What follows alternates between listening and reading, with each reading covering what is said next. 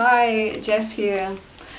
Yesterday, a girlfriend of mine here in Guatemala was beat up by her boyfriend, and she doesn't want to press charges or go to the police, doesn't want to tell anyone, and unfortunately her mother is not very supportive either. She doesn't want to cause any drama, she said.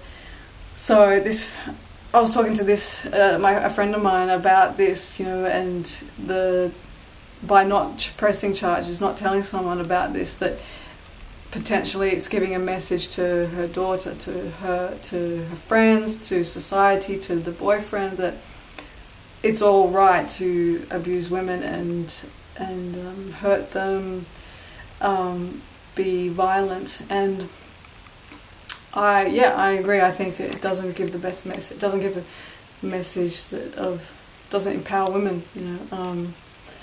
But I understand where she's coming from. I think there's reasons behind not wanting. Obviously, there's reasons behind not wanting to press charges. My mother was beat up a few times. I recall her telling me, and then when I was a teenager, she had a boyfriend, and I had gone away for a couple of weeks. And when I came back, she told me that this boyfriend, her partner, had ripped the cords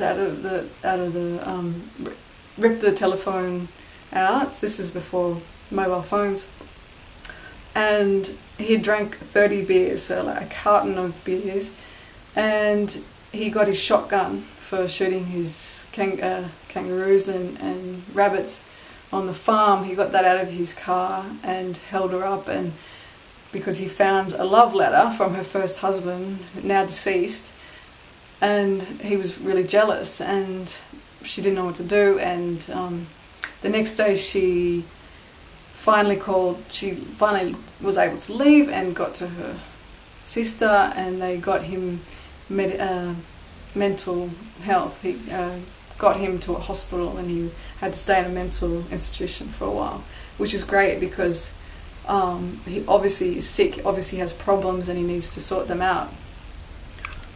She didn't want to go to the police, and I remember talking to her about that, but I still couldn't understand why she wouldn't do that, and but it didn't make me think that it's all right that men should hit women, so luckily.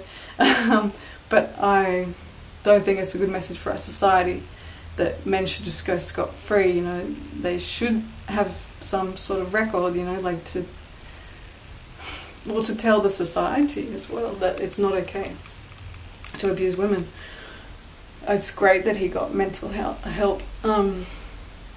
I had a boyfriend and in 2010 I tried to break up with him, and he went mental and banged his head on the brick walls in the apartment, screamed and cried and grabbed me, and he tried to get me to not break up, and I eventually said, okay, it's okay, we won't break up.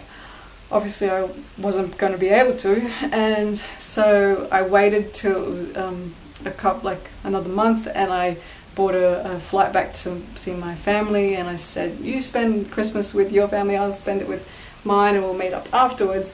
And so I broke up with him over the phone because that's the only way I could do it with it being safe. And he didn't like that, and eventually he found me at a friend's house, and he stole my laptop and wallet, and I did call the police. But I didn't press charges in the end because he agreed to give them back.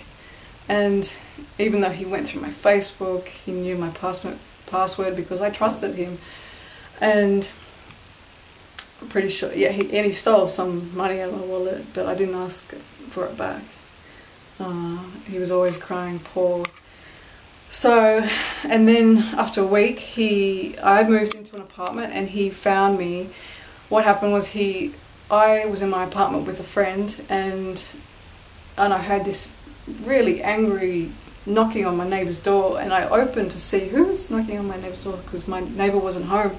And he saw me, and he pushed his way in and barged in and screamed and carried on that, called me every name under the sun, but also pleading to have me back, to get back. He's really had a lot of attachment issues and just couldn't bear to be alone, always wanted to just have a family, and he had drug problems, alcohol problems. Like, he was an alcoholic, like started drinking from the crack of dawn, you know. And anyway, so he was in my apartment and I tried to get him to leave, and then he wouldn't leave, and so I sat on the floor and he grabbed a kitchen knife, a big knife, and he stood there and he just stared at us for a few seconds, and then luckily he put it down and walked out screaming down the hallway, down the apartment walkway.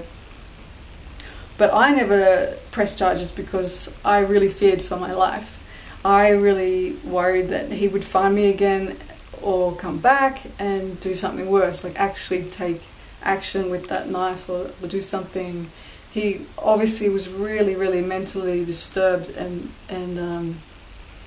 yeah, I probably should have pressed charges. I should have pressed charges, but I should have demanded rehabilitation and counselling because he definitely needed it. So that's what I'm saying, is like, stand up and press charges. Don't be afraid to do it. Find some friends and get support you need to do it, but look after yourself. And I think there's a few reasons why I didn't do it. I can only speak for myself, but I feel like other people, other women feel the same. You know, you believe you don't want to hurt, especially if it's your partner. You feel for them because you have a connection and you don't want to hurt them, so you don't want to cause more drama, and then you don't want to give them a criminal record because you feel for them. But also the third thing is you don't want to cause, you fear for your life. You want to stay alive, so you know it's scary, and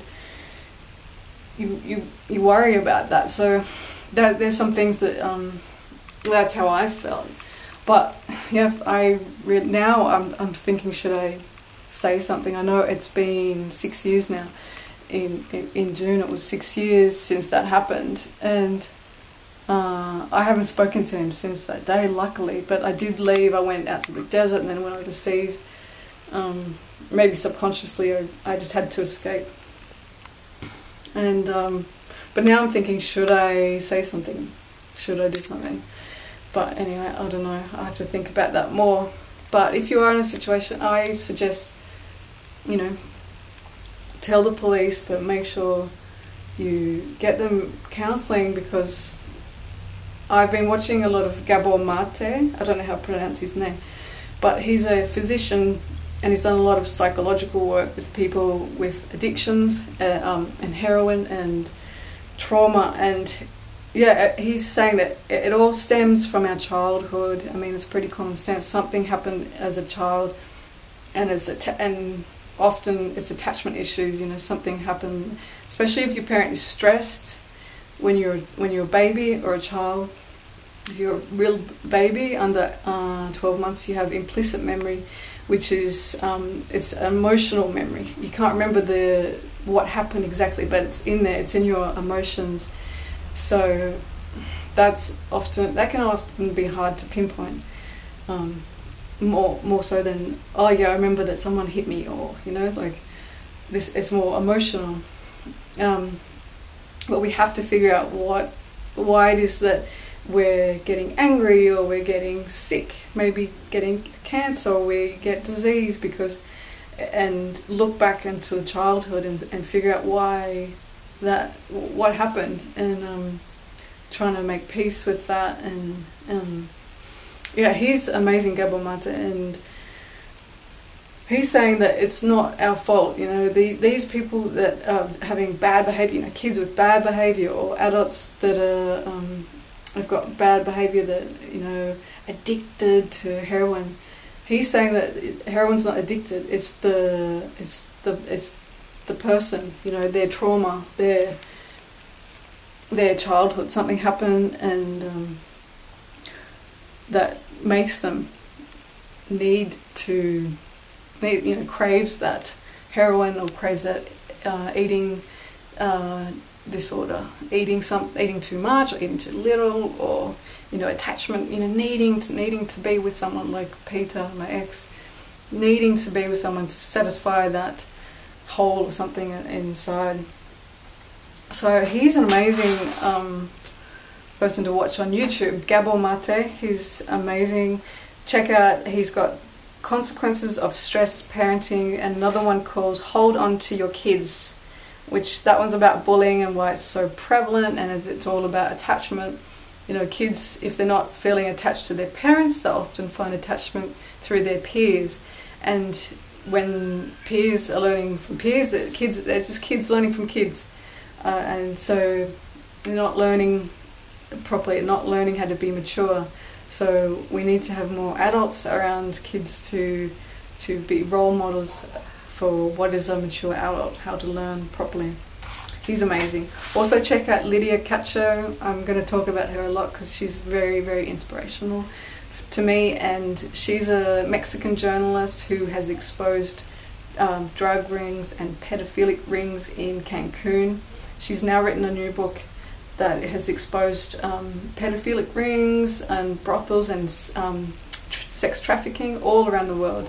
Check her out because she's amazing, amazingly strong woman who doesn't cease to stop, even though years ago and still today she's being traumatized, threatened, death threats constantly.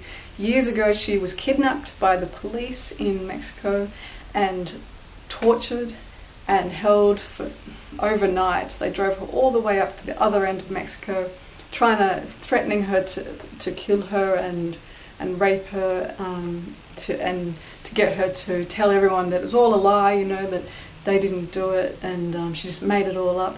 But she said, no, I'm not doing it, and she exposed them in her book, and she continues to write books and expose what's going on.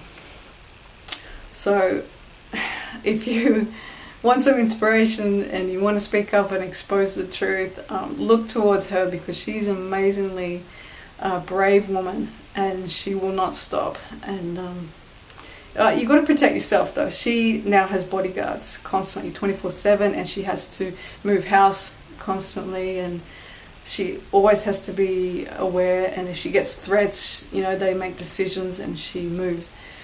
So look after yourself as well, but we have to expose what's going on, and take care, and let me know what you think, what your comments are, and what is holding you back from exposing something, talking about your partner or your friends, or something's going on. Why is it holding you back? Let's create more of a community and support each other. But yeah, I really do believe that we've got to look after each other and look after ourselves and stay happy. Okay, bye.